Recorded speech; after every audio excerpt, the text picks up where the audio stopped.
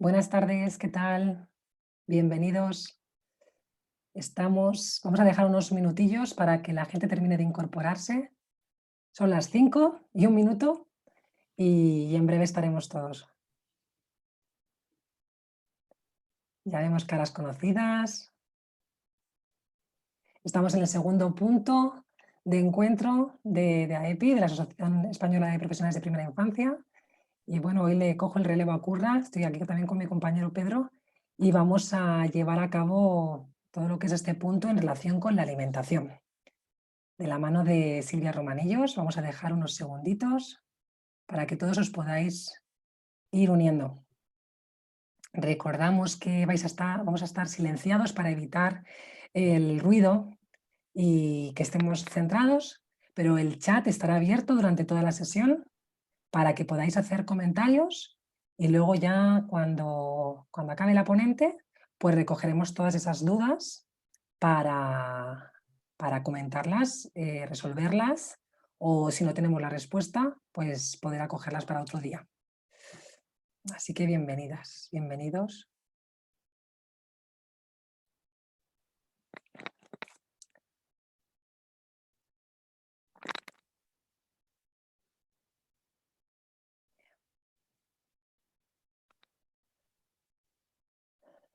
Estupendo.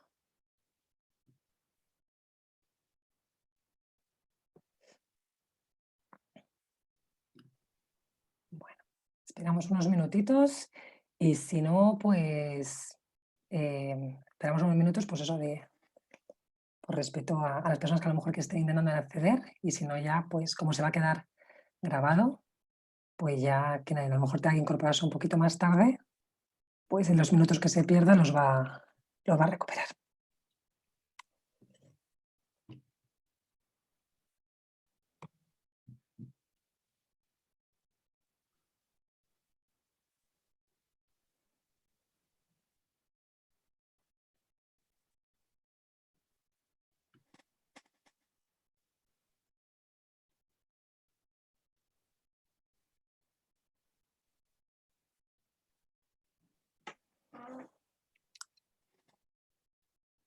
Bien.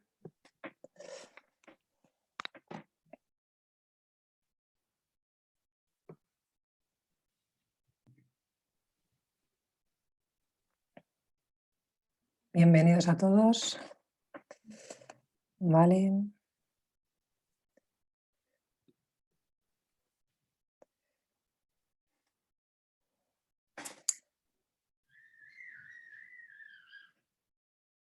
Enseguida, ahora en unos minutos empezamos.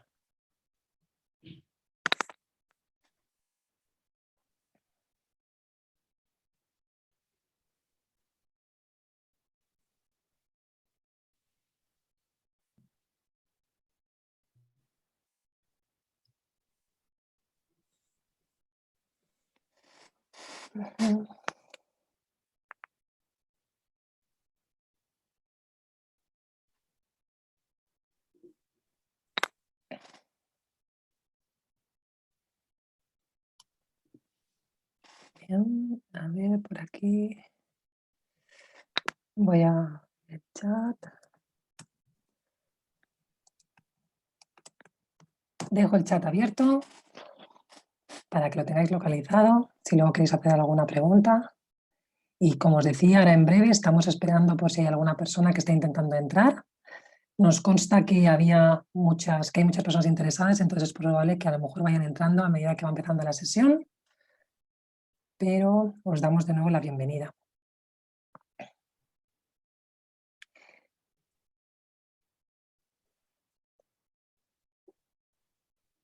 Pedro, si te parece, cuando tú me digas, como imagino que estarás dando acceso, por no restar tiempo, si te parece... Yo creo que podemos empezar ya, ¿vale? ¿Sí?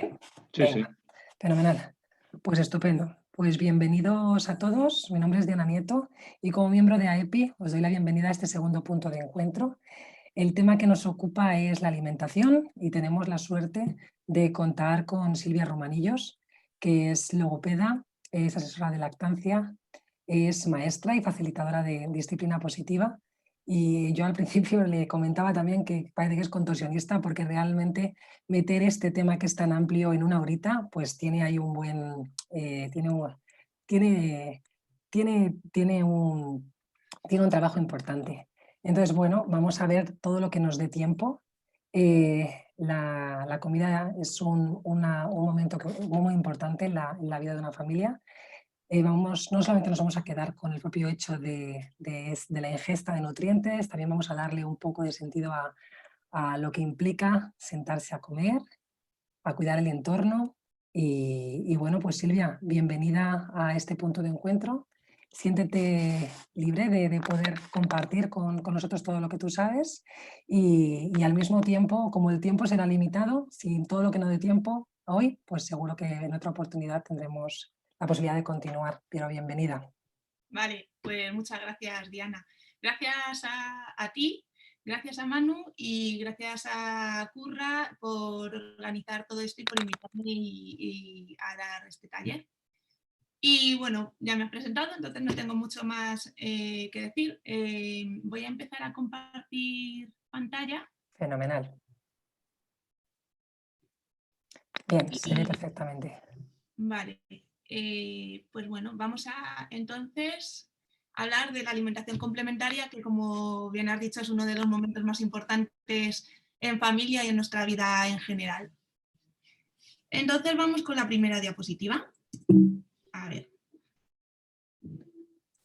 Empiezo con esta secuencia que seguro que reconocéis como uno de los trocitos de la película de Bebé Jefazo, donde vemos que al bebé le meten la cuchara de puré y el bebé lo escupe. Entonces, empiezo con esta secuencia porque me sirve para introducir la historia que me cuenta mi madre de cuando yo era pequeña. Entonces, yo de pequeña yo no quería comer, ¿no? Era la típica niña que llamaban por aquellos entonces inapetente, que no comía de nada, que se pasaba la vida en el pediatra porque no comía, porque perdía peso y bueno, pues la hora de la comida para mi madre y para mí era una tortura. Entonces tardábamos 2 horas, las dos terminábamos llorando, aquello era un drama. Así que cuando hace 7 años tuve a mi primera hija y había que empezar la alimentación complementaria, yo tenía esa historia aquí en la cabeza y yo decía, yo eso no quiero que me pase. Entonces me decía mi madre, pero si a lo mejor no te pasa, hija, mira a tus hermanos que bien han salido. Y yo, ya, pero por si acaso. Entonces empecé a investigar por ahí a ver qué había y llegó a mí el libro de Baby Led Winning de Jill Ripley y Tracy Marker, ¿no? Que había salido en inglés hacía 3 años y en español acababa de salir prácticamente, así que no era muy conocido. Y dije, bueno, pues vamos a probar. Y de ahí pues me fui investigando, viendo que había más bebés con problemas y tal. Y entonces pues ese es uno de las cosas, de las razones por las que este tema, ¿no? De la alimentación complementaria me llama tanto la atención. Así que vamos a hablar entonces durante este ratito, ¿no? Que es más o menos una hora, de formas de llevar a cabo de la alimentación complementaria, porque está el Baby Led Weaning, pero también existen otras. Hablaremos de los posibles problemas que nos podemos encontrar cuando la iniciamos, incluso cuando ya está empezada. Y por último vamos a abordar algunas líneas de cómo trabajar conjuntamente con la familia, ¿vale? De manera que todos sigamos una misma línea y que la familia sea parte activa y protagonista del proceso. Entonces, os dejo aquí, a ver, no sé, ¿lo veis bien? ¿No os tapa nada? No, ¿no? Si tú quieres, tú puedes minimizarte las pantallas por si estás más cómoda, pero nosotros también tenemos manejo cada uno que se lo minimice, así que se ve la pantalla perfectamente. Vale, o sea, que no os molesta donde tenga yo no, lo de... No interfiere, eso es personal. Vale, esto es personal, vale. Pues vale, en esta diapositiva, ¿no? Os pregunto cuál es necesario, ¿no? Para que le deis una pensada. Entonces, tenemos la típica malla de alimentación o alimentador para bebés, cada vez lo llaman de una manera. Tenemos un móvil que representa todas las pantallas en general, el móvil, la tablet, la televisión. Tenemos un complemento nutricional para niños, un objeto que sirve para sujetar bocadillos y una cuchara con forma de avión, ¿vale? Yo os dejo esto aquí y pensáis cuál de estos elementos puede ser necesario en la alimentación de un bebé o de un niño. Vale, entonces empezamos con qué es la alimentación complementaria. La definición según la Asociación Española de Pediatría es que se considera un proceso por el cual se ofrecen al lactante alimentos sólidos o líquidos distintos de la leche materna o de una fórmula infantil como complemento y no como sustitución de esta. O sea, que si lo decimos despacito, la alimentación complementaria es un proceso, o sea, es algo que lleva tiempo, que empieza poco a poco y que no sabemos muy bien cuándo termina, porque realmente algunos adultos seguimos con la alimentación complementaria, probando sabores nuevos o incluso aprendiendo a comer de nuevo. No es algo de repente, ¿no? El niño o la niña pasan de la leche poco a poco por distintos alimentos que pueden ir procesando hasta que más o menos llegan a lo que podemos comer los adultos. Entonces, el niño necesita descubrir primero qué es eso de comer, qué beneficios tiene comer, ¿no? Porque yo me meto hasta la boca y sí, tiene texturas como otros objetos que me meto a la boca también, pero es que esto si me lo trago, mamá no me dice nada o papá, y además resulta que me gusta, que me sienta bien, que luego voy a querer más. Entonces, es que a diferencia de otras cosas, la comida puede terminar en su estómago. En mi casa también termina en el estómago del bebé la comida del gato y los jama, ¿vale? Pero eso es otra historia y no debería ser así. También, dentro de la definición, decimos que se ofrecen sólidos o líquidos. Es decir, la alimentación complementaria no es solo el pollo con patatas, es también... Uy, perdón, que esto se ha escapado. Un momento. No es solo el pollo con patatas, es también el agua. ¿Y por qué es también el agua? Pues porque solo con introducir el agua, eso implica que hay menos espacio en el estómago del bebé para la leche humana o artificial. Esto no pasa nada porque el agua es necesaria siempre y cuando el bebé esté madurativamente preparado para empezar la alimentación complementaria. Y, pues como su propio nombre indica, complementa, es decir, no sustituye. Eso significa que la leche humana o la artificial siguen siendo su principal fuente de alimento y de energía durante el primer año. Así que no hay que reducir la cantidad de leche para que el niño coma más. Ni es necesario darle menos pecho vive porque es que tiene sobrepeso, ¿no? Que también se oyen esas cosas. Así que es muy importante que continúe siendo a demanda, tanto si es leche de pecho como de biberón. ¿Cuándo empezamos la alimentación complementaria? Pues con lactancia materna está muy claro que a partir de los 6 meses, porque al parecer es cuando el organismo tiene la maduración necesaria a nivel neurológico, renal, gastrointestinal e inmune. Y a nivel de lactancia artificial hay un poco más de controversia. No está claro si tiene que ser a los 6 meses, igual que en la lactancia materna, o se puede empezar desde el 4.º mes. Así que normalmente se recomienda entre 4 y 6 meses con la lactancia artificial. Y con prematuros, lo que hay que hacer es prestar atención a las señales de desarrollo del bebé, ¿no? Porque es una población muy heterogénea, cada bebé es totalmente diferente, y si acaso tener en cuenta la edad corregida a 26 semanas, ¿no? Se puede introducir la alimentación complementaria igual que si fuera un bebé a término, pero como puede tener mayor déficit de vitaminas y minerales, ¿no? Como la vitamina D y el hierro, es muy importante incluir alimentos ricos en hierro y si el pediatra lo ve necesario, dar suplementos también de vitamina D y de hierro. O sea que los prematuros tienen que tener un seguimiento muy cercano tanto por parte de su pediatra como por parte de los padres. Se entiende que los padres normalmente están atentos. ¿Qué requisitos tenemos para empezar la alimentación complementaria? Porque además de tener cierta edad cronológica o corregida, el bebé también tiene que tener un interés activo por la comida, ¿no? Tiene que poner ojitos cuando ve a papá y a mamá comer o querer de alguna manera sentir esa curiosidad.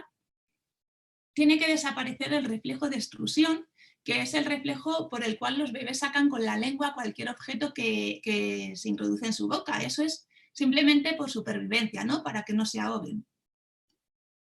Tienen que ser capaces de coger la comida con la mano y llevarla más o menos a la boca, aunque entendemos que al principio no van a atinar bien. y tienen que ser capaces de mantener la postura de sedestación con apoyo, o sea, ser capaces de estar sentados o bien en una trona, que será complicado porque a los 6 meses todavía no son muy capaces la mayoría, o bien en brazos de un adulto. Como estamos hablando de alimentación complementaria, pues he decidido hablar un poquito del proceso, así por encima, ¿no?, de lo que es la masticación y deglución. Como veis aquí, la masticación y la deglución tienen 3 fases: la oral, la faríngea y la esofágica. Entonces, el primer paso de la deglución es la oral, que es totalmente voluntaria y consta de una fase en la que se prepara el alimento. A ver, espera, voy a quitar se prepara el alimento, durante el cual el bol alimenticio, o sea, la comida, es procesada para la deglución durante la masticación. Entonces, se procesa de manera que los dientes se encargan de morder, rasgar, triturar y pulverizar, los labios de que el alimento no salga fuera, los maxilares y la articulación temporomandibular, que es este músculo de aquí, se encargan de los movimientos masticatorios, las mejillas junto con la lengua mezclan con saliva los alimentos y mueven continuamente de un lado a otro la comida para que las muelas lo puedan pulverizar mejor aún.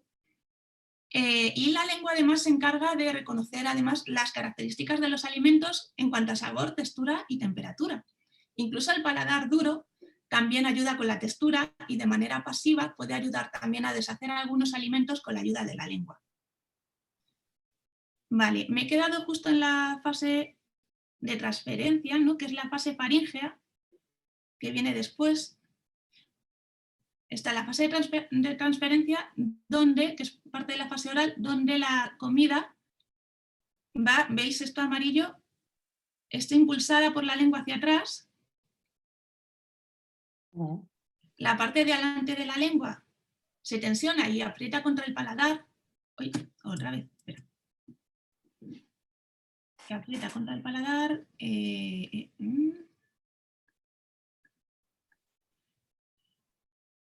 Vale.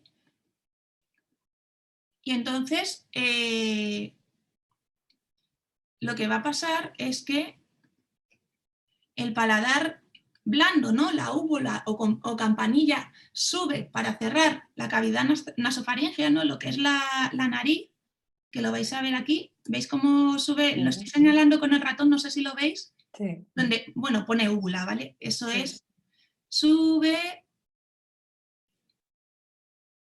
Y entonces la comida ahora va a caer hacia la faringe, y en la faringe lo que pasa ya, bueno, aquí se cierra para que no vaya la comida a los pulmones, y en la faringe lo que se dan son movimientos peristálticos, ¿no?, movimientos así que hacen que la comida caiga hacia el esófago. Para que finalmente vaya. Esta parte ya es automática, ya no es voluntaria. Baja por aquí. Aquí tenemos, ¿no?, justo en la entrada del estómago, está el esfínter esofágico, que es totalmente automático, que se abre y se cierra y que va a estar mucho más inmaduro en los bebés que en los adultos. Bueno, en los adultos se supone que no tiene que estar inmaduro, vamos, si no ya. Y se va la comida al estómago. Entonces, esa sería la deglución normal, ¿no?, la deglución de un adulto, y ahora vamos a ver cómo sería la deglución de un niño cuando está empezando a comer. Entonces, González Yáñez y sus colaboradores hicieron un estudio para ver cuáles son esas fases en niños. Lo iniciaron el año pasado.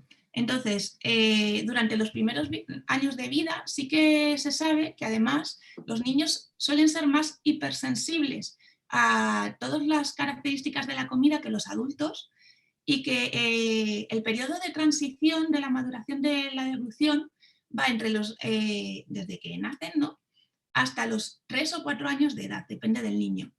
El cambio al patrón de deglución adulta se establece gradualmente y se debe normalmente a la aparición de la dentición, al menor tamaño proporcional de la lengua con respecto a la boca, al cambio de la postura de la cabeza, a la maduración neuromuscular, y al cambio en la alimentación cuando comienza la ingesta de sólidos. Y de este análisis que hicieron González Yáñez y tal, encontraron que entre los 2 años y 4 meses y los 2 años y 10 meses, el niño al deglutir debe tener ausencias de ruidos al tragar. O sea, no sé si habéis oído, seguramente no, no hacer ruido, no escuchar nada cuando se está tragando. No debe mostrar la punta de la lengua, no debe hacer esto, me acerco un poco para tragar. No debe permitir tampoco el escape de los alimentos, no se le deben escurrir ya. Y cuando el niño tiene más o menos 2 años y 11 meses, hasta los 3 años, tiene que controlar todas estas fases, pero además no debe realizar movimientos del cuello, no debe hacer esto al tragar. O otros movimientos, ¿no?, que se puedan dar, depende del niño. No debe contraer los maseteros cuando comienza la deglución, cuando hace así. Esto se tiene que ver relajado. Y cuando el niño tiene 3 años y 6 meses, además de todo esto, no debe contraer el mentón, lo que es la barbilla, ¿no?, es esta parte. No debe hacer esto. Y los labios tienen que estar relajados, tampoco se deben de ayudar de los labios al deglutir. González Yáñez et al. Y también encontraron que se confirma lo que demuestran otros estudios, que es que las niñas suelen madurar antes en la masticación y en la deglución que los niños. Y ahora vamos a ver también cómo come un niño, un bebé, entre 9 y 12 meses. Al beber en vaso, como la estabilidad de la mandíbula todavía no es completa, lo que suelen hacer es morder el vaso o la taza y sacar la lengua por debajo del borde como para estabilizar y lograr ese movimiento oral que les facilite manejar ese líquido. También usan los dedos para los sólidos solubles, ¿no? Todavía no saben muy bien que hay ciertas cosas que con la mano es complicado coger. Y además inician el mascado, o sea, este movimiento de mandíbula arriba y abajo. No es masticación propiamente dicha, porque es un movimiento muy básico que no tritura los alimentos igual que en la masticación, pero ya permite al bebé partir alimentos blandos en trocitos. Entre los 12 y los 18 meses ya comienza la autoalimentación con cuchara, puede sostener el vaso con las 2 manos, puede hacer entre 4 y 5 degluciones consecutivas en el vaso y también es capaz de sujetar e inclinar el vaso. Además es capaz de combinar ese mascado del que hablábamos, ¿no?, con movimientos de allanamiento de la lengua, es decir, aprovecha la lengua para aplastarla con el paladar y triturar otro tipo de alimentos. ¿Cómo es entre los 18 y los 24 meses? Pues ya cierra la boca para tragar. Prefiere comer solo, ya mastica una gama de alimentos mucho más amplia. Y además los movimientos de la lengua son mucho más precisos. Los movimientos de la lengua, como hemos dicho antes, son necesarios para mover la comida de un lado a otro. Entre los 24 y los 36 meses ya empiezan a aparecer esos movimientos circulares de la mandíbula que ayudan a que el alimento se triture mucho mejor. Mastica con los labios cerrados, come una variedad de alimentos sólidos mucho más amplia y además ya es capaz de utilizar el tenedor. La aparición de movimientos orales más complejos parece que está directamente relacionada, según he encontrado los distintos estudios, con la exposición a diferentes texturas. O sea que si siempre le damos alimentos triturados o en papilla al niño, no va a tener la oportunidad de adquirir esa habilidad. Entonces, si le das comida triturada, debes tener en cuenta que poco a poco tienes que introducirle otro tipo de texturas para que él pueda ir practicando. Tampoco tenemos que olvidar que el proceso de alimentación es impulsado por el hambre, o sea, el niño tiene que poder sentir hambre. y que esa sensación es la que va a impulsar al niño a comunicar a su cuidador que tiene hambre, que el cuidador responda, y entonces en situaciones ideales, ¿no?, la alimentación se transforma en lo que debe ser, que es una experiencia no solo de nutrición y sustento físico, sino también de cariño, de placer y de confortamiento. Pero, ¿qué pasa si empezamos antes de que el niño o de que el bebé esté preparado para la alimentación complementaria? Pues que podemos encontrar atragantamientos, se pueden dar gastroenteritis agudas, infecciones respiratorias, hay un mayor riesgo de obesidad, de eczema atópico, diabetes mellitus tipo 1, en fin, es una lista larga. Y si la introducimos después, más tarde de lo que corresponde, nos podemos encontrar con bebés que tienen carencias nutricionales, sobre todo de hierro y de zinc, tienen un mayor riesgo de alergias e intolerancias alimentarias, pueden aceptar peor las nuevas texturas y sabores y además tienen más probabilidad de alteración de las habilidades orales. Y bueno, aquí os presento una serie de alimentos alérgenos, ¿no?, que antes se recomendaba introducir cuanto más tarde mejor, como son el pescado, el huevo y el kiwi, por poner 3. Entonces, esto se decía hace unos años, pero los últimos estudios indican que, bueno, se ha modificado porque la introducción temprana de estos alimentos muestran que el riesgo de sensibilización y alergias es igual o menor como consecuencia de la aparición de tolerancia inmunológica a partir del 4.º mes de vida. O sea que por eso a veces se dice que a partir del 4.º mes de vida ya pueden comer, ¿no? Aunque yo recomiendo seguir las indicaciones de la OMS y esperar al 6.º mes. La práctica de la lactancia materna juega un rol fundamental también porque es un factor de protección, ¿no?, del intestino del bebé. Entonces, también va a ayudar a que el niño tenga una primera experiencia y un acercamiento a estos alimentos protegido. Por eso tampoco se recomienda quitar la lactancia materna una vez que se comienza la alimentación complementaria. ¿Y qué pasa con el gluten? El gluten esperamos al 6.º mes, lo introducimos antes, ¿importa, no importa? Pues según las últimas revisiones que se están haciendo, la duración de la lactancia materna exclusiva o el momento de introducción de alimentos complementarios no se relacionan con la celiaquía. Entonces, por ejemplo, Konix y colaboradores en el 2015 hicieron un estudio en niños que tenían riesgo genético, ¿no?, porque algún familiar ya era celíaco, y encontraron que la introducción temprana o tardía no modifica el riesgo de que el niño sea celíaco o no. Así que recomiendan la introducción entre los 5 o 6 meses de edad. Otro estudio que se realizó en 944 niños, que dividieron en 2 grupos. A un grupo le daban 100 miligramos de gluten por día y al otro grupo placebo, entre las 16 y 24 semanas de edad. Entonces, después medían los anticuerpos, ¿no?, periódicamente y confirmaron la presencia de celiaquía con biopsia a los 3 años de edad. Encontraron también que la introducción de pequeñas cantidades de gluten tampoco reduce el riesgo de enfermedad celíaca a los 3 años. Y bueno, podemos señalar entonces que el mantenimiento de la lactancia materna exclusiva o la introducción de gluten en la ventana de oportunidad de 4 a 7 meses no protegen ni incrementan el riesgo de padecer celiaquía.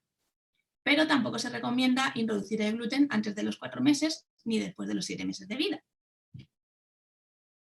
Y vamos a ver qué pasa con los zumos. Pues en Harvard, el estudio Project Viva seleccionó a cerca de 1.160 participantes y evaluaron la asociación del consumo de zumo de fruta y agua a los 12 meses de edad con los consumos de zumos, bebidas azucaradas y índice de masa corporal a los 3 y 7 años. Entonces, encontraron que la ingestión de un cuarto de litro de zumo o medio litro de zumo al día o más se asocia a un mayor de ingestión de zumo y bebidas azucaradas y mayor índice de masa corporal durante el seguimiento que hicieron a esos niños. Así que concluyen que el consumo temprano de zumos puede provocar una mayor ingestión de bebidas azucaradas en años posteriores y además aumentar así el riesgo de sobrepeso y obesidad.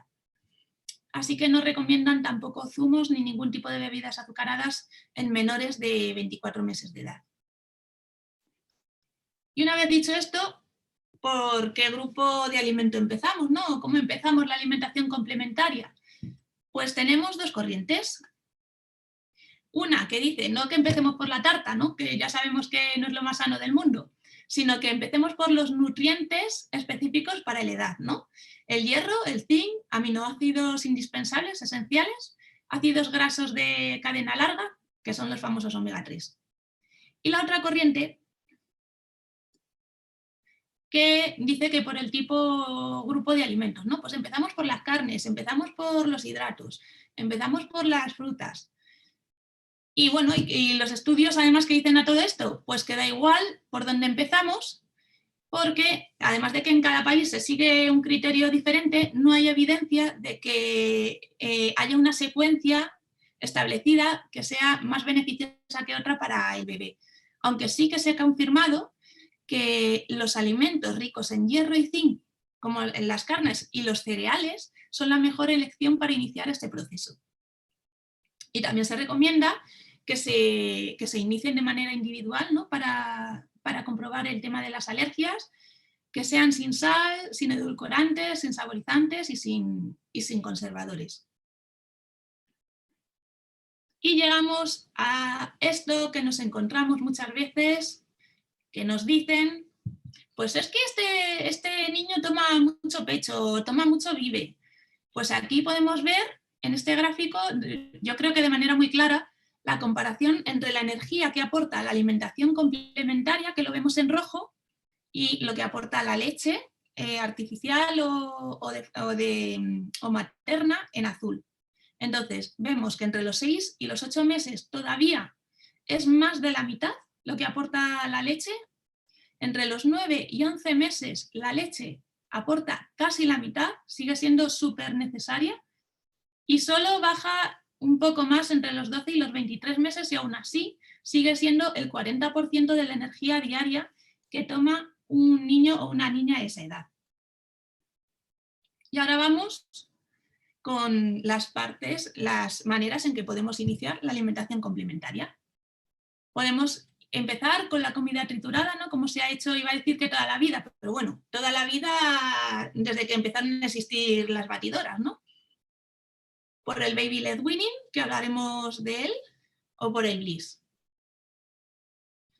Y aunque a veces parece que puedan excluirse, realmente se pueden complementar, ¿no? Porque hay veces en las que nosotros optamos por Baby Led Weaning, pero es que estoy trabajando y le van a dar de comer en la escuela infantil, o le va a dar de comer la abuela y quieren purés, pues no pasa nada.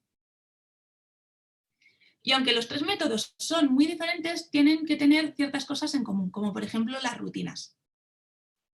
Estas rutinas incluyen un lugar tranquilo, que no tenga distracciones, ni televisión, ni móviles, mejor si es frente a otros miembros de la familia, en una trona o en el regazo de manera segura y dando estabilidad física, ¿no? A la espalda y los pies, que estén bien apoyados, que sean estables. Tiene que tener un horario aproximado de comidas, aunque siempre con cierta flexibilidad, sobre todo al principio, y tiene que tener un menú variado y sano. Y además hemos señalado que existe, bueno, todavía no lo he dicho, una ventana de oportunidades en este periodo de la vida para introducir una variedad de sabores, olores, texturas y comidas. Entonces, si lo hacemos dentro de los 2 primeros años de vida, seguramente ese niño en el futuro tenga mejor aceptación de una variedad de alimentos más amplia posteriormente. Estos 3 métodos también deben coincidir en cuidar el ambiente emocional. Así que tenemos que tener mucha paciencia con la adquisición de nuevos logros, no querer que el bebé haga todo ya, que coma bien ya, que coma sin manchar ya, que se coma el plato entero ya. Si no come, no le gusta la comida o no le apetece por lo que sea, hay veces que no lo vamos a saber, tenemos que respetar eso y no enfadarnos. Bueno, si tira la comida también. Y tenemos que disfrutar de la comida en familia, evitar los premios, los castigos y los chantajes. Y si no come, averiguar qué está pasando. También deben coincidir en que el bebé tiene que seguir su curva de crecimiento, ¿no? Todos los bebés tienen su propia curva de referencia, ¿no? Unos estarán en el percentil 5 o 3, otros estarán en el percentil 90, otros en el 50, y no todos tienen que estar en el percentil 50, ¿no? Porque igual que somos altos, bajos, gordos, delgados, rubios, morenos, pues en esto es igual. Simplemente hay que seguir la propia curva de referencia del bebé. Y esto es importante que lo sepa la familia, porque a veces se ocultan los percentiles del bebé a la familia para que la familia no se asuste, no nos pregunte o lo malinterprete, pero lo cierto es que si tuvieran la información, muchas de ellas, si lo comprendieran, seguramente ellas serían un buen aliado en la alimentación del bebé. Tienen que tomar todos los días alimentos de origen animal, legumbres, si no come carne para favorecer la absorción de hierro. Hay que agregar una pequeña cantidad de aceite o grasa al menos en una comida al día para agregar energía. Y suplementos o vitaminas si el niño no cubre todas las necesidades con la comida. ¿Y qué pasa con los niños con sobrepeso? Pues los niños con sobrepeso, ¿no? Que son un poco más mayorcitos, no deben perder peso, sino que deben mantener su peso mientras aumenta su talla. No les tenemos que restringir la comida, sino ver qué es lo que pasa e intentar que crezcan sin engordar más. Vamos a hablar ahora de la comida triturada. La comida triturada, el método de la comida triturada regula el horario y la cantidad. Entonces, la Organización Mundial de la Salud, por ejemplo, tiene un apartado en donde regula perfectamente el número de comidas que tiene que ser, la cantidad de comidas y la textura de las comidas según si el bebé tiene de 6 a 8 meses, de 9 a 23 o de 9 a 11 o de 12 a 23. Entonces, para que veáis, os voy a poner un ejemplo, ¿vale? Por ejemplo, lo que dice la OMS con la cantidad de comida que debe tomar un bebé según su edad. De 6 a 8 meses, pocas cucharadas, incrementar de manera gradual. De 9 a 11 meses, medio vaso o taza en cada comida. De 12 a 23, de 3/4 a un vaso o taza en cada comida. ¿Vale? Y también en el método de la comida triturada se ayuda al bebé pero sin forzar.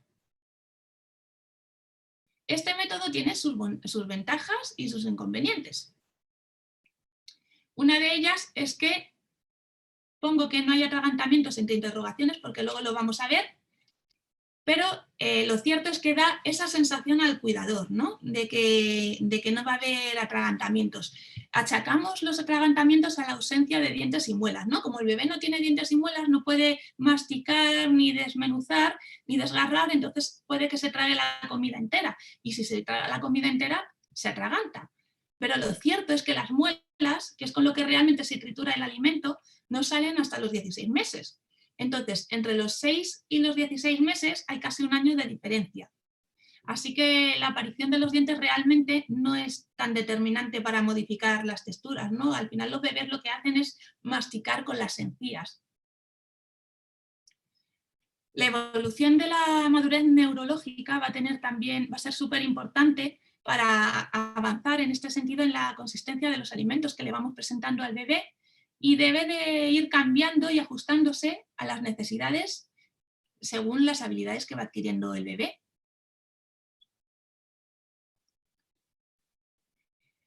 Nos da un control de seguridad porque es medible, es mensurable, ¿no? Como hoy en día tenemos que medir todo, nos llevamos el reloj y entonces en el smartwatch sabemos qué frecuencia cardíaca tenemos ahora, cuánto hemos andado hoy, cuántas calorías hemos gastado, qué tenemos que hacer mañana. Pues entonces al bebé también es súper importante que yo lo tenga controlado, no vaya a ser que se nos desnutra, ¿no? Entonces, con la comida triturada, si se lo come todo, podemos medir más o menos lo que ha comido el bebé y da seguridad. Y por otro lado, como no siempre somos los padres los que nos encargamos de darles de comer, a veces se quedan a cargo de otras personas que están, de los abuelos, ¿no? Los citaba antes, pues para ellos a lo mejor es más seguro darles la comida así, ¿no? Les tranquiliza más. Y como hemos dicho, la comida es un evento social y tiene que ser algo también satisfactorio y que sea agradable. Este método también tiene sus desventajas. Por ejemplo, que más adelante el niño rechace texturas, ¿no?, en los alimentos, porque está acostumbrado a comida triturada y entonces extraña, ¿no?, que los alimentos tengan otro tipo de textura. A veces también hay cierto riesgo de forzar a una cucharadita más o termínate el plato, venga que es la última, y a veces el bebé está saciado y al forzarle lo que hacemos es que no respetamos su sensación de saciedad y él aprende a no respetar esa sensación tampoco. Además es necesaria la preparación específica de comida, ¿no? Tenemos que prepararle al bebé su comida, triturarla y si vamos fuera la tenemos que llevar aparte. Y normalmente tiene un horario distinto al resto de la familia, así que probablemente el bebé coma aparte, no disfrute de comer en familia. ¿Y qué es el baby-led weaning, ¿no? El baby-led weaning dicen que es destete dirigido por el bebé. Lo que pasa es que weaning en inglés significa destete en el sentido de inicio de la alimentación distinta a la leche, ¿no? Entonces, otra manera en que está traducido también es alimentación complementaria dirigida por el bebé o autoalimentación dirigida por el bebé. Es un modo de introducción de la alimentación complementaria que permite que el bebé se alimente por sí mismo sin necesidad de purés. No significa que no los pueda comer, pero si yo me como un puré, se lo voy a poner a mi hijo igual. El bebé se sienta con el resto de la familia a la hora de la comida y usa primero sus manos y luego usará los cubiertos. En el Reino Unido, Townsend y Pitchford analizaron las preferencias alimentarias y la exposición a ciertos alimentos y encontraron que el baby-led weaning impacta en lo que prefieren los niños para comer. Los niños alimentados por baby-led weaning aprenden a regular mejor la ingesta de alimentos y eso se asocia a un menor índice de masa corporal y a preferir alimentos saludables. Y bueno, la comida sin triturar y el baby-led weaning también tiene sus ventajas y sus inconvenientes. Los bebés que utilizan el baby-led weaning reciben una mayor estimulación sensorial, porque no es igual notar siempre la misma textura de puré, tanto si comemos pollo como si comemos una naranja, que encontrar las diferencias de textura entre un alimento a otro, ¿no? Y la manera en que hay que manejar cada alimento dentro de la boca. No es igual manejar un trocito de plátano dentro de la boca que un trozo de pan o un trozo de carne triturada. Tampoco es lo mismo notar la cuchara con el alimento dentro de la boca a que el bebé haya podido tocarlo y jugar con ello primero o que lo tenga ahí delante de él y lo pueda coger cuando quiera y hacer con ello lo que quiera. A lo mejor se lo lleva a la boca, pero en un primer momento lo tocará, lo olerá, lo verá. Y además, solo por el hecho de tener que masticar y mover la comida de un lado a otro con la lengua para triturarla, en cuanto pueda van a trabajar más la musculatura de las mejillas, la lengua, los labios y van a estar expuestos a ese aprendizaje de cómo tratar las texturas de los alimentos. No tienes que preparar comida específica porque el bebé va a comer de lo que tú comes. Si le quieres adaptar un poco el alimento, es posible. Promovemos su autonomía y su socialización, porque ellos al vernos manejar los cubiertos enseguida lo querrán manejar también. Y además, mientras utilizarán las manos, pero ellos comerán a la vez que nosotros y nos dejarán libres para que nosotros también podamos comer a la vez. Carruth y colaboradores además investigaron la ingesta de nutrientes en relación con la autoalimentación en niños entre los 4 y los 24 meses de edad y concluyen que el desarrollo temprano de la autoalimentación se relaciona con una mayor ingesta nutricional y que en el niño con problemas orosensoriales disminuye a menudo el rechazo a alimentarse ya que fomenta esa independencia, ¿no?, a la hora de comer. Y el baby led weaning tiene también sus desventajas. Mancha mucho, pero aquí las personas que tenéis perro estáis de suerte porque suele ser una buena aspiradora para recoger lo que va dejando el bebé. Suele causar miedo e inseguridad a algunos cuidadores, pues por si se atraganta, por si no ha comido suficiente. Y ahora sí, vamos con el tema de los atragantamientos. ¿Se atragantan mucho más los niños con baby led weaning o más que con puré? ¿O qué es lo que está pasando?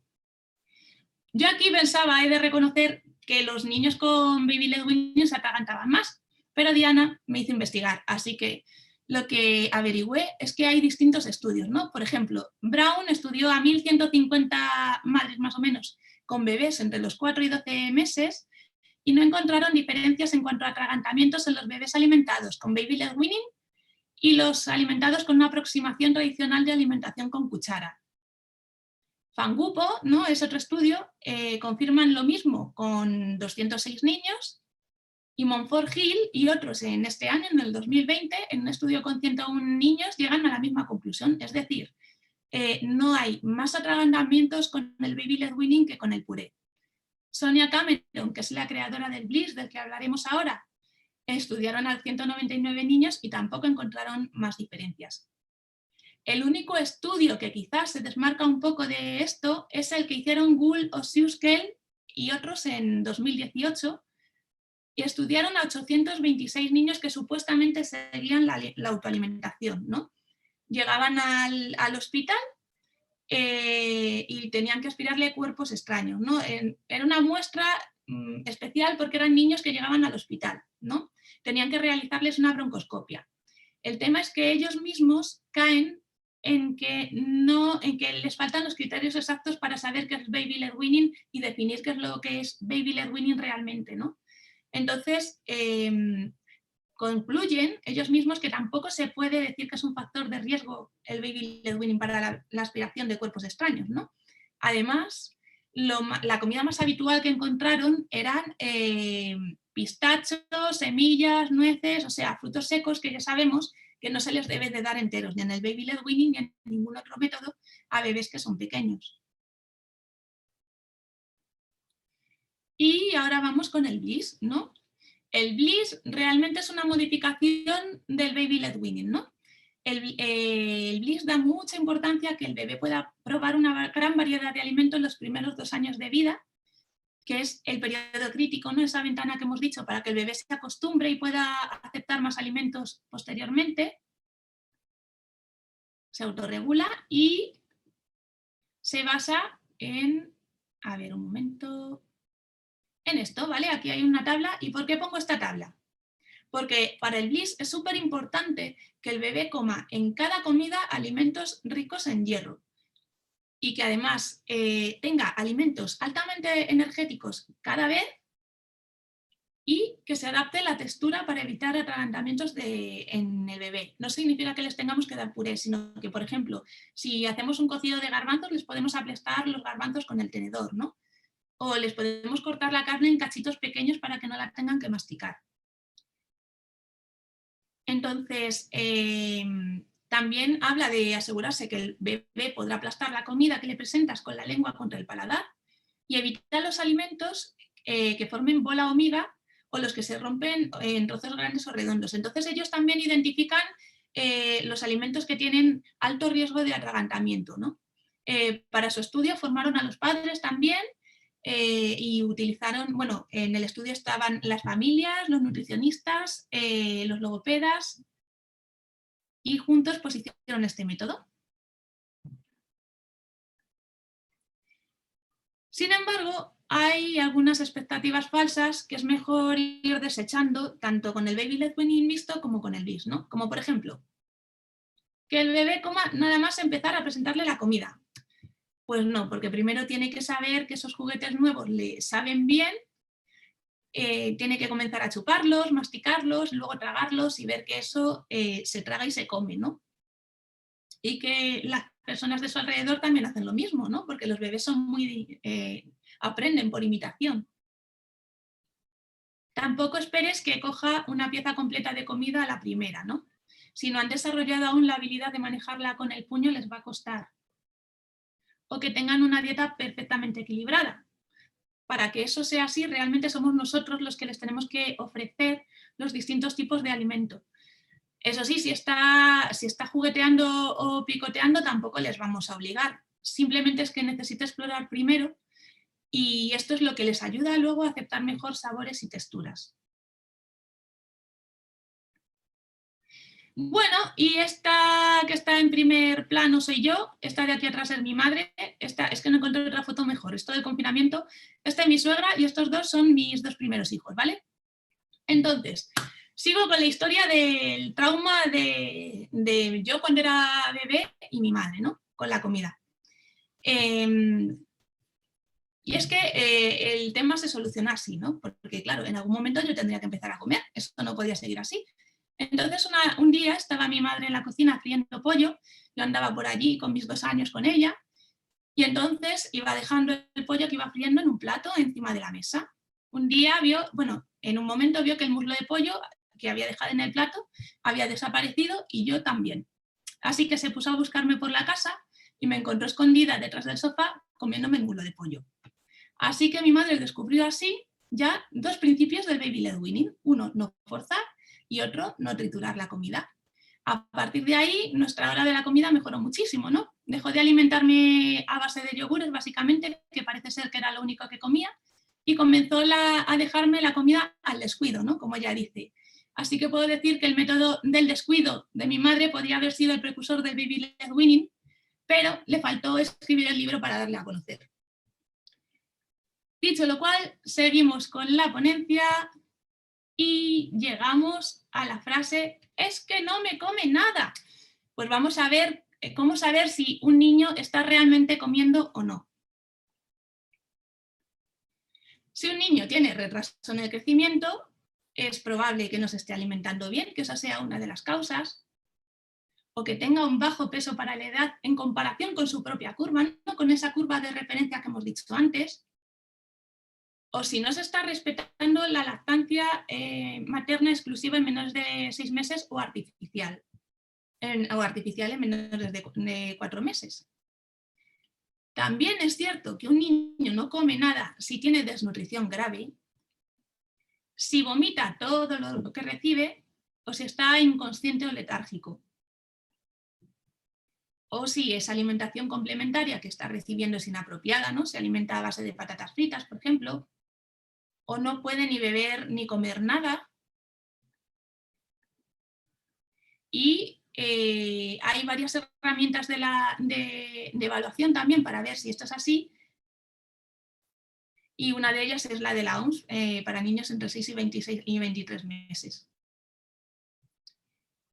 Y ahora vamos a ver por qué no come un niño menor de 3 años, ¿no? ¿Qué puede estar pasando para que un niño menor de 3 años no quiera comer? Porque hemos dicho que existe esa sensación de hambre normalmente, ¿no? Y el hambre evita que nos muramos. ¿Por qué un niño de 3 años, menor de 3 años, no respeta esa sensación de hambre, ¿no? O la respeta, pero es incapaz de hacerle frente y empezar a comer. Pues en un estudio Silverman encontró que entre el 25 y el 45% de la población infantil general tienen problemas relacionados con la alimentación. Que el 90% de esos niños que tienen problemas de alimentación presentan algún tipo de problema orgánico, esto lo estudió Bat y colaboradores, y que el 80% de los niños con algún tipo de diversidad funcional tienen dificultades en la alimentación, según Field y colaboradores. Entonces, una de las causas por las que un niño o una niña no puede comer son los problemas respiratorios.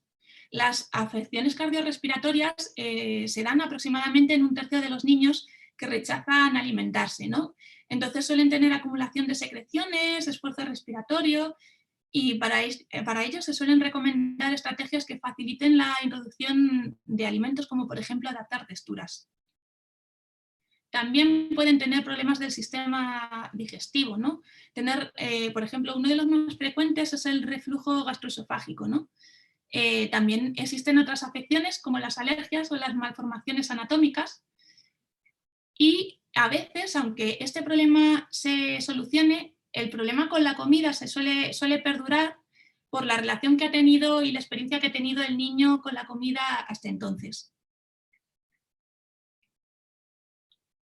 También encontramos problemas nutritivos, que suele ser la principal preocupación de la familia, del niño que rechaza los alimentos.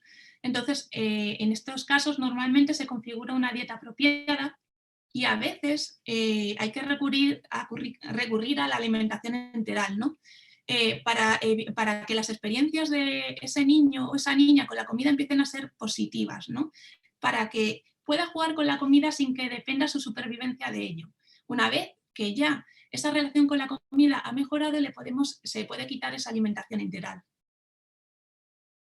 También va a depender del nivel de desarrollo, ¿no? Del tono muscular, de las habilidades motoras del control de tronco y la cabeza, de la presencia o ausencia de reflejos, ¿no? Como por ejemplo ese reflejo de explosión del que hablábamos, de las habilidades comunicativas. Y además, en el caso de las habilidades, en cuanto a las habilidades sensoriomotoras que acabamos de ver, en el caso de niños con retrasos en el motor, ¿no? Es frecuente que perdure el movimiento anteroposterior, o sea, de adelante y atrás de la lengua, característico del lactante menor de 6 meses. Entonces, esto puede hacer que no se llegue a desarrollar el patrón maduro, ¿no? de deglución y de masticación, que depende del movimiento lateral de la lengua. Entonces, en este caso había que desarrollar esas habilidades, pero esto también implica que desde un punto de vista motor, ¿no? Es más fácil manejar un alimento sólido harinoso que se deshace con la saliva, como por ejemplo con la galleta, que un alimento sólido que requiere una masticación más activa, ¿no? Como por ejemplo una carne dura o ciertos tipos de fruta. Y además, también es más fácil mordisquear un sólido que aceptar encontrarse por sorpresa un tropezón en una papilla. Así que es frecuente que los niños que tienen hiperrespuesta sensorial sean capaces de comer algunos alimentos sólidos como trozos de pollo o plátano, pero que tengan muchas arcadas o rechazo a los alimentos que tienen texturas mixtas y blandas, como por ejemplo los potajes y los yogures con trozos de fruta. También puede que rechacen alimentarse cuando están despiertos y que lo toleren mejor cuando están adormilados, porque la conciencia del dolor disminuye durante el sueño. Y por último, tenemos la lactancia, ¿no? En la lactancia se suele hablar de succión nutritiva y succión no nutritiva, que seguramente lo visteis el mes pasado, ¿no? Entonces, la succión no nutritiva, ¿no? O succión afectiva, que la llaman también, implica la sujeción lingual de un objeto contra el paladar, ¿vale? Junto con movimientos cortos y rápidos de mandíbula. En este tipo de succión, los labios se encuentran relajados y entonces, ¿para qué es útil? Pues porque en los prematuros este tipo de succión puede mejorar las habilidades necesarias para la alimentación oral. Y, por ejemplo, en los lactantes alimentados por sonda también es aconsejable estimular la succión no nutritiva durante el llenado gástrico para crear así una relación entre la sensación de saciedad y la succión. Más alimentación con cuchara. La progresiva exposición a la cuchara puede ayudar a eliminar el reflejo de extrusión si es que se tenía que haber ido ya. Pero es mejor presentarle los cereales así con la cuchara que en el biberón, ¿no? A un bebé que le cuesta. Porque en un biberón pierden toda la textura, no realizan tanto esfuerzo, hay más riesgo de caries, etc. También otra causa es la hipersensibilidad oral, ¿no? ¿Y por qué tiene un niño hipersensibilidad oral? Pues puede ser porque tiene un historial médico complejo, porque ha sido sometido a intubación y aspiración, y entonces pues esa experiencia no es agradable y le puede afectar y presentar otras alteraciones sensoriales también que le afecten al proceso de alimentación. También es algo frecuente en los niños que tienen un historial de reflujo gastroesofágico. También puede ser porque se ha introducido de manera tardía los alimentos con textura. Y Norton y colaboradores encontraron más dificultades de alimentación en los niños que comenzaron a ser expuestos a texturas después de los 10 meses de edad que los que habían experimentado texturas a los 6 meses. Silvia, no te quiero cortar, pero sí te advierto que va quedando poquito tiempo, entonces para que lo tengas en cuenta es para las diapositivas que quedan y para que dé tiempo a las preguntas, ¿vale? Vale, gracias. Más cosas. ¿Por qué no come un niño menor de 3 años? Porque tiene síndrome de Down. Aproximadamente el 80% tienen retraso motor oral, porque son niños que pertenecen al trastorno del espectro del autismo y que suelen ser selectivos por tipo y textura de comida, o tienen parálisis cerebral, que suelen tener problemas de reflujo gastroesofágico, y el 68% además presentan retraso motor oral. Hay veces en que las causas son mixtas y son fisiológicas, psicológicas, conductuales, de desarrollo, o a veces simplemente se deben a factores externos, ¿no? Como, yo qué sé, desinformación sobre la alimentación infantil por parte del cuidador o algún problema de salud mental. ¿Cómo intervenimos? Pues hay que mirar los objetivos de la familia, cuáles son.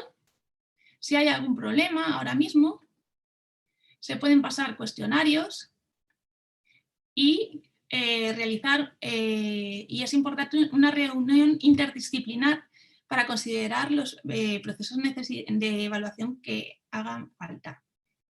Pero sometemos a un tercer grado a la familia para ver en qué están fallando ellos, con qué objetivo, ¿no? Porque nuestro objetivo realmente es que la calidad de vida de ese bebé o de ese niño mejore y la calidad de la familia también, ¿no? Entonces, no podemos ver si es un fallo de la familia y atosigarles, ¿no? Con pruebas, ¿no? Hay maneras de hacerlo, de tal manera que la familia sea la protagonista y sea la que nos vaya guiando en ese proceso, ¿no? Para eso tenemos que conocer muy bien a la familia, identificar a su funcionamiento y tener muy claro nuestro papel, ¿no? Como actores secundarios, ¿no? Personas que sostienen a la familia, ¿no? Ellos son el núcleo que nos va a ir dirigiendo en la ayuda, ¿no? a este bebé o a este niño que no come. Una vez que hemos intervenido, hay que ver, la nutricionista va a ver cómo está ese niño o esa niña. El logopeda o la logopeda va a evaluar las habilidades de alimentación, si está de acuerdo a su edad cronológica, cuánto dura la comida.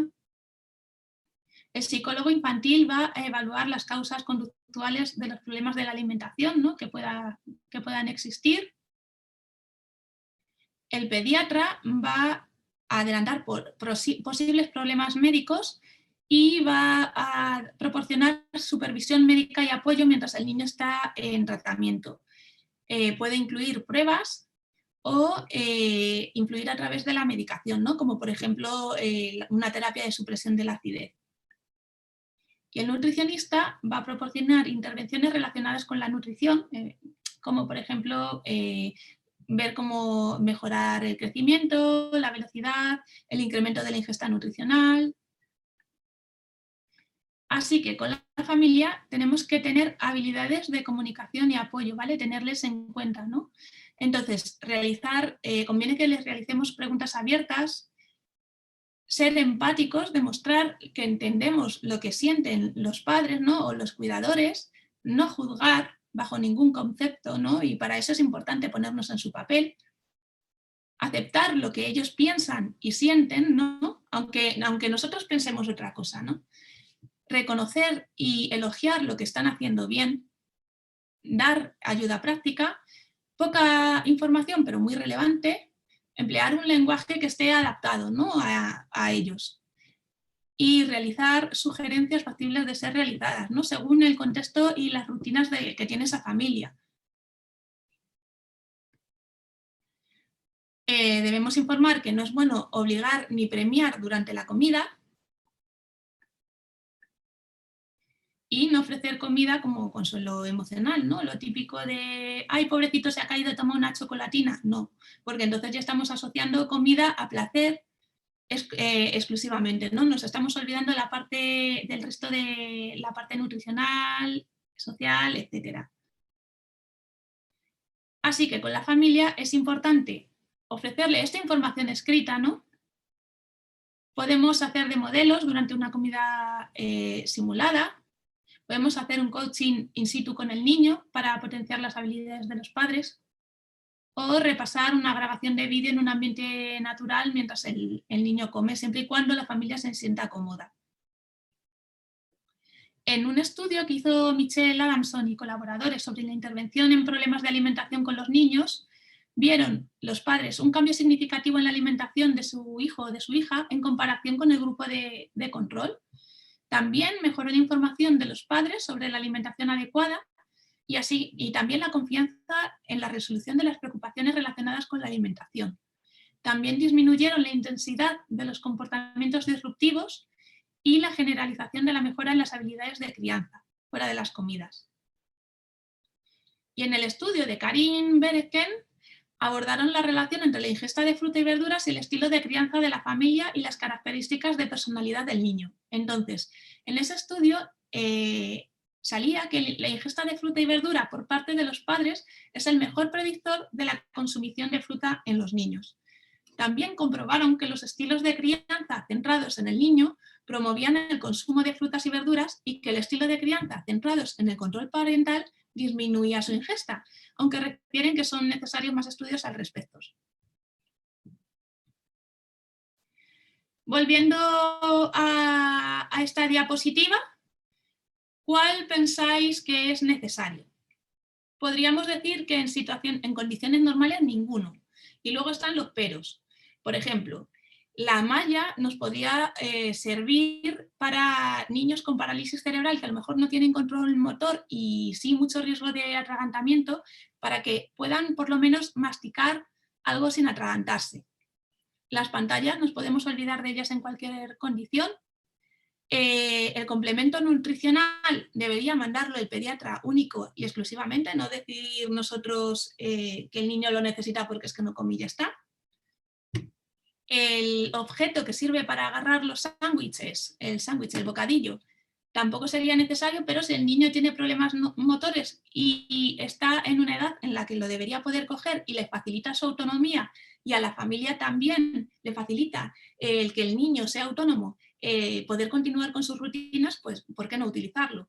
Y la cucharilla avión, pues sigo sin verlo mucho sentido, a no ser que sea motivacional, de mira, puedes comer tú con la cucharilla del avión, ¿no? Pero sin que seamos nosotros los que forzamos para comer. Y pues gracias por vuestra atención y doy por terminada la presentación. Así que ya podéis preguntar lo que queráis.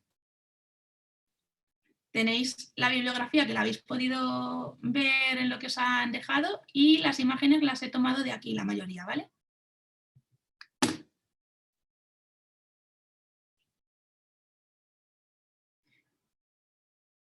Y ahora, si tenéis más preguntas...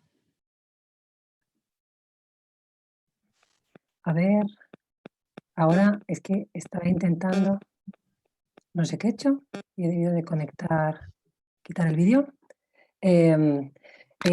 Silvia, súper interesante todo lo que nos has contado. Muchísimas gracias porque además aportas mucha evidencia y creo que, bueno, quizás esa evidencia hay que gestionarla poco a poco para entenderla bien, pero ha sido una visión súper amplia. Muchísimas gracias. Mira, cuando has comentado... ¿La hemos perdido a Silvia? Silvia, ¿estás ahí? ¿Que no te veo? Sí, estoy, ¿no me ves? Vale, estoy. Ahora no te veía. O sea, a lo mejor he tocado al lado de la pantalla. Mira, has comentado al nutricionista, has comentado al pediatra, ¿no? Y es verdad que en el chat, Seila nos preguntaba por la figura del terapeuta ocupacional, ¿no? Yo creo que también, además de toda esa relación interdisciplinar entre los profesionales, dado que también, pues bueno, nosotros has hecho un gran bagaje y un gran recorrido por la alimentación en todos los niños, pero realmente también aquí el tema que nos ocupa es niños que a lo mejor están recibiendo están en un servicio de atención temprana. Entonces yo creo que me atrevo a responder por ti que realmente la figura o sea, el papel, ¿no?, del equipo de atención temprana también formaría parte de todo ese de toda esa colaboración con la familia, ¿verdad? Porque ella en concreto preguntaba por quién es la persona que se encarga de evaluar y saber intervenir en todo lo referente a lo sensorial, motor, ¿no? De origen sensorial, dice Seila, puesto que creo que se ha olvidado nombrar a los terapeutas ocupacionales formados en alimentación dentro de ese equipo. Ella es la pregunta que te hacía y yo creo que no sé si la he respondido yo o si quieres responderla tú, porque yo creo que La quizás ha estado complemento. implícito, ¿no? El La tema de... complemento porque es que lo tenía en la ponencia, pero por terminar rápido me lo he saltado un poco, ¿vale? Con los terapeutas ocupacionales y los logopedas nos pasa un poco lo mismo que con los fisios y los logopedas, ¿vale? Y es que en algunos campos coincidimos y a veces se toma como una lucha, y al buscar evidencias, que lo he visto, en los estudios en los que hay logopedas no hay terapeutas ocupacionales con respecto al tema sensorial y motor, y en los que hay terapeutas ocupacionales no hay logopedas, ¿sabes? Entonces, yo creo que realmente es una figura complementaria, ¿no? Que lo podemos tratar los dos, que el terapeuta ocupacional, claro que tiene que estar en un equipo y claro que tiene que evaluar también esa parte sensorial y motor. A veces asumimos ese papel los logopedas, pero vamos, que yo creo que es algo que en lo que uno de esos campos en los que coincidimos, y que por otro lado el niño es un niño en sí, y a veces es muy complicado dividir las competencias que van de uno y que son de otro. Claro, de ahí del valor realmente que el papel protagonista lo tenga la familia, ¿no? Para que seamos los profesionales los que de alguna manera giremos en torno a ellos. Y bueno, pues hablábamos de equipo interdisciplinar, pero tenemos que irnos precisamente a ese enfoque más transdisciplinar para que la persona que esté de referencia con el niño pues tenga todo lo bueno que pueda aportarle el terapeuta ocupacional que esté dentro de su equipo, el logopeda y a lo mejor la persona que es referencia de esa familia no es ni logopeda ni terapeuta ocupacional, ¿no? Es un poco el cúmulo o sea, el contar con un equipo, respaldado por un equipo para llevar prácticas centradas en la familia y sobre todo que no estemos mareando a la familia, porque claro, yo me pongo en la tesitura y me ha parecido muy interesante que contases los diferentes perfiles con los que se puede encontrar una familia, ¿no? El pediatra, el tal, el cual, el nutricionista, pero vida hay una. Entonces, que esté todo de alguna manera condensado en una persona, aunque pueda recibir ese contacto con los especialistas, pero sobre todo que el papel protagonista, vuelvo a insistir, que sea de la familia para contar con sus rutinas, cómo lo hacen, qué valor le tienen. Alba también nos hace otra pregunta y dice, te hace una pregunta, dice, ¿qué hacer para que un niño de 7 años cambie el bolo de sitio en la boca? Siempre lo deja en el lado izquierdo, tiene aversión a muchas texturas. Pues aquí sería parte también para colaborar con un terapeuta ocupacional que viera, pero lo primero que yo trataría en este caso es esa aversión a las texturas, y ya después que el niño sea capaz de masticar por ambos lados. Y claro, para tratar esas texturas, lo que decía yo antes, ¿no? Que lo mejor es no pretender que el niño coma esta comida, ¿no? Sino que juegue con ella simplemente, incluso fuera de la hora de la comida. Que le pongas unos albóndigas o unos espaguetis y que juegue con ellos. Con 7 años a lo mejor lo que podéis hacer es pues manualidades, ¿no? Con comida o jugar a meterse en un barreño con comida. No sé, de eso sí que hay un montón de consejos y de trucos por internet. Bueno, que también a mí se me viene, te añado, el hecho de que con 7 años también forme parte de todo lo que es del ritual de preparación de la comida, ¿no? El preparar, ayudar a mamá, a papá a cocinar, cortar los alimentos, prepararlos, porque, bueno, hay muchos trucos para hacer cosas con la comida, pero qué mejor que pensar en ese momento de hacerles partícipes a ellos del cocinado, ¿no?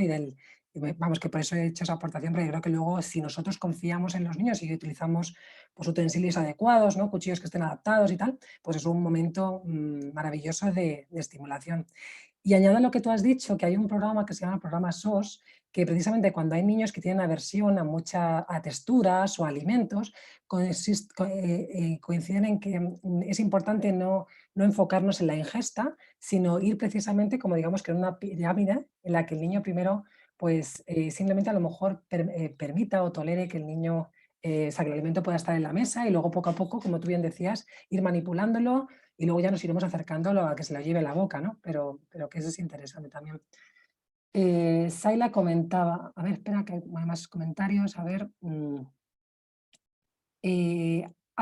Silvia Ferrate dice, has comentado que uno de los motivos por los que un niño no come son los problemas respiratorios. Yo Yo tenía entendido que era justo al revés, niños que presentan aspiraciones, y lo que observamos en clínica habitualmente son los problemas respiratorios.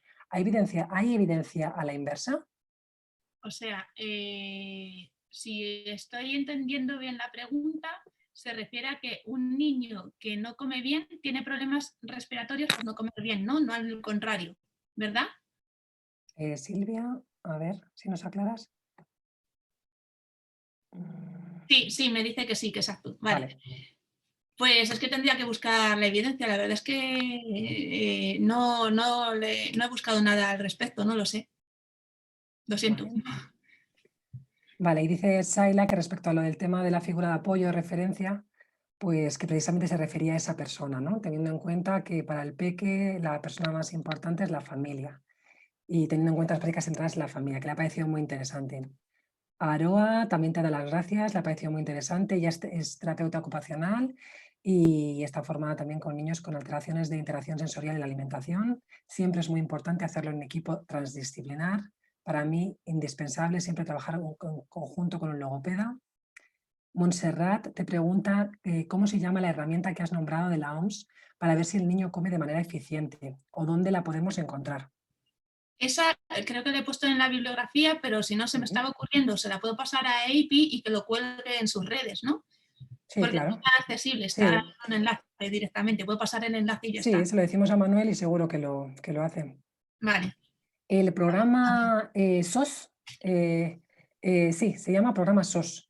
Tengo una compi, Almudena, que ahora mismo está haciendo un gran, está en busca de captura para identificar referencias en cuanto a este programa. No es tanto versión a texturas, es niños, pues ya os digo, identificar niños con aversión a texturas, a alimentación, y digamos que enfocarlo en una pirámide donde digamos que vayamos estableciendo lo que es la tolerancia al alimento antes que en sí la ingesta. Si ubico en estos días las referencias o en estas semanas os las compartimos, porque es verdad que a mí me parece que es muy interesante. A mí me llegó también el programa SOS por una terapeuta ocupacional, me parece que es súper interesante. Mira, Aroa dice, sí, es el método SOS de la doctora Tomei.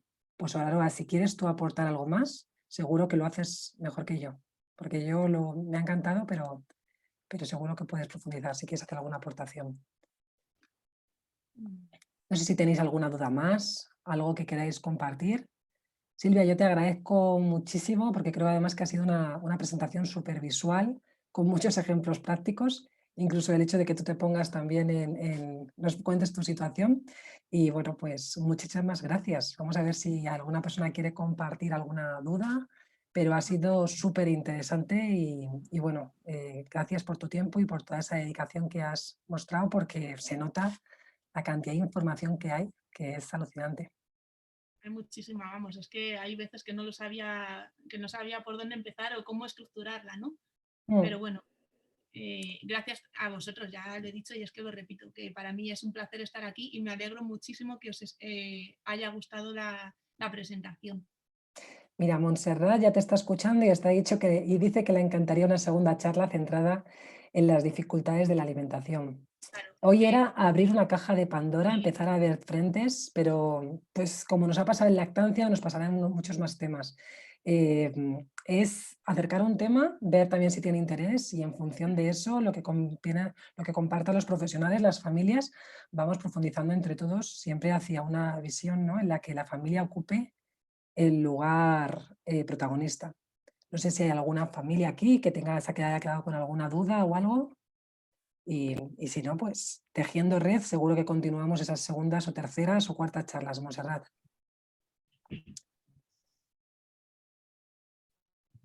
Sí, porque también además tú, Silvia, eres facilitadora, ¿no?, de disciplina positiva, y creo que también es muy interesante, ¿no?, todo el abordaje de la alimentación, teniendo en cuenta el respeto a las necesidades del niño, a las nuestras propias, a establecer un poco ese equilibrio, ¿no?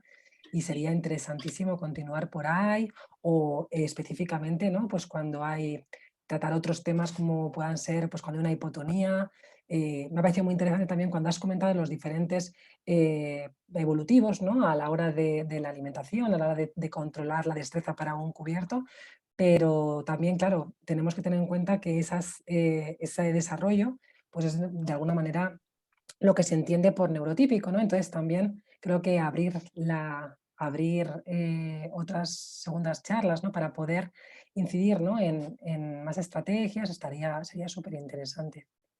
Pero bueno, Sí, el bueno, tema de la son... disciplina Sí, positiva lo intenté meter, pero es que realmente no había evidencia, ¿no? Habría que entonces hacerlo pues como en otra charla concreta y ya pues viendo lo que hay de disciplina positiva. bueno, pero ahí también, respecto a lo que no haya de evidencia, pero también lo que sabemos, ¿no? Con la práctica, con lo que estamos viendo, lo que funciona, lo que no, y crear un foro en el que también aquí hay muchos Sí. profesionales, familias que pueden aportar su experiencia, puede ser interesante. Silvia tiene una página web, tiene redes, se llama Mi Hijo No Habla. Os recomiendo que si sois usuarios de redes sociales que la sigáis, porque siempre es muy interesante y aporta información pues valiosa en diferentes aspectos, pero uno de ellos la alimentación, la lactancia, la logopedia, el lenguaje. Entonces, si os interesa, ahí la tenéis.